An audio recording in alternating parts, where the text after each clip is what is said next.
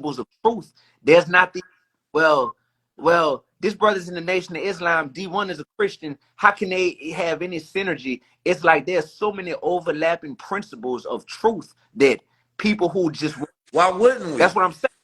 Why wouldn't we? Like black men in America at the end of the day, and shit, it's only one God, so we gotta serve the same one regardless. And that's what people don't want to see. People want to caught up like D1. You calling out brothers, so does that mean you have beef with them? No, this is not about no beef. It's about me saying I know that when you got money and power, that you gotta be handled in a very direct manner, because you ain't trying to hear no random noise. You used to people hating on you or people indirectly, subtly saying this. It gotta be in a real way to where guess what I don't need?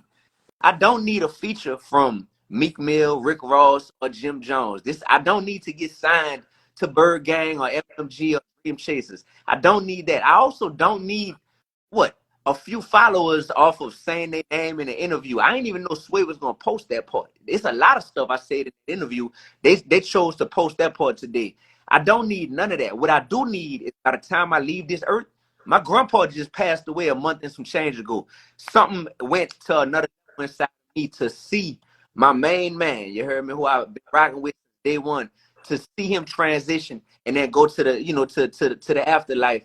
For me to see that, it's like what I do need to do is make sure that I maximize the realm of existence and not just being busy activity and just saying, oh, I'm grinding aimlessly on a hamster wheel. But no, but doing the things that I know in my spirit are of God, the things that I know I was equipped to do. If I wasn't a rapper, I wouldn't be speaking on these rappers. You heard me? I don't speak on politicians all the time because I feel like, man, they got people in that industry who way more equipped to speak on that.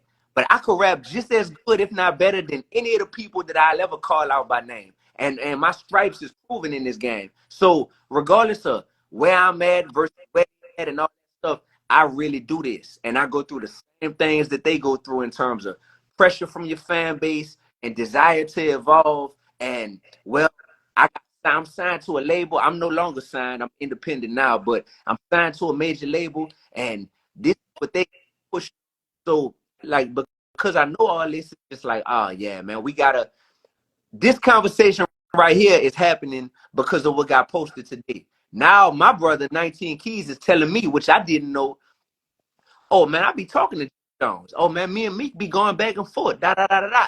Cool. That is no pressure on 19, y'all. But it's a thing where it's like, now you never know. There might be a lifeline to where there's actual dialogue that could occur regarding this stuff. Because this is not about anything other than seeing brothers, and in this case, black brothers, reach their highest potential and not reach their potential for the devil and for the industry that don't care about them, but reach their potential so that they can be who God called them to be. That's all this is about at the end of the day. Yeah, man, it's definitely necessary. It's definitely needed, man. You know, you are outlier in this game. You feel me? Because of who you are, what you stand for, and your ability to articulate it and stand on it. You feel me? And to be able to make money at the same time while doing it, which is an ability for a man to provide for himself so he can stand on his own. I think all of that's 100% necessary as an archetype, as an example for those who may want to follow in the same footsteps. We see, look, they had the video with the little brother. He like 9 years old, rapping about drill music, rapping about hoes and all this other shit. And, you know, I think I seen my son call it out, and then I seen the brother Doughboy go back and forth with him on it. And it's like the reality of it is when something is true, you got to bow down to whatever is true. You know what I'm saying? And that just kind of goes over facts over feelings. You know what I mean? Like, if you want to know what, you know, what's the best religion to follow is truth. You know what I'm saying? Now, if your religion happens to be aligned with the truth, then you following the best religion. You know what I'm saying? If not, then you may need to find, you know, something else that is worthy of praise and fellowship and following. You know, and nobody should be able to get mad at that. But the problem is that sometimes people don't always want to follow the truth. They want to follow their truth, right? And their truth is not always the truth, right? Because if we lived in a world where their truth, just your truth mattered, nobody would be in a psych ward. right? Because everybody would be sane. But the problem is when you got something that only you exactly can validate, right? And it becomes your personal delusion or your way of justifying your actions, right? You really become devilish in a lot of different ways because you're utilizing your knowledge for deceit, right? To try to justify tricknology. And so for me, it's all about getting people to be like, all right, what is the truth? Right now, the way we handle the truth, a person can have something to say about that. That's everybody's, prerogative to be like, I ain't like the way you handled the truth, not the fact that it wasn't true, right? So I feel like that's where you get the most the pullback, and we have to focus on both things. And we're gonna have these conversations about how the truth is handled, but then let's have a conversation about the truth. Right? Because in society we get so emotional that we never deal with the logic of it. All right, now we didn't got to that way. You didn't like how I did that. But what about the truth though? All right, now can we get to this part of the conversation? Because this is where we find, well, in both of them we find progress. You know what I'm saying? Because the way we handle things and what we handle it are both necessary, right? The way we handle each other, right, is both necessary because sometimes we got this issue in society where we're so trauma based in a lot of the things that we do, right? And we're used to responding. It's called there's a book called Violent Communication, right? And it speaks towards the way it really goes deep into like parenting, society, the way we speak to each other, right?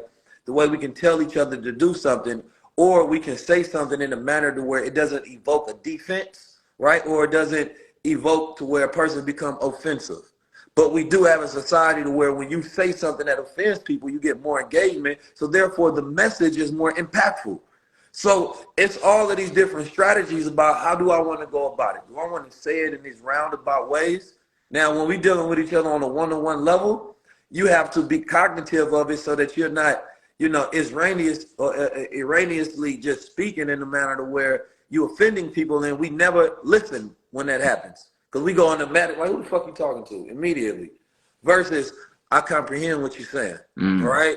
So it's like, for me, it's always those levels of improvement on when we do things. So therefore, if the intended goal is actually met. And the intended goal is definitely unification, it's elevation, and it's evolution. That's the intended goal, yo.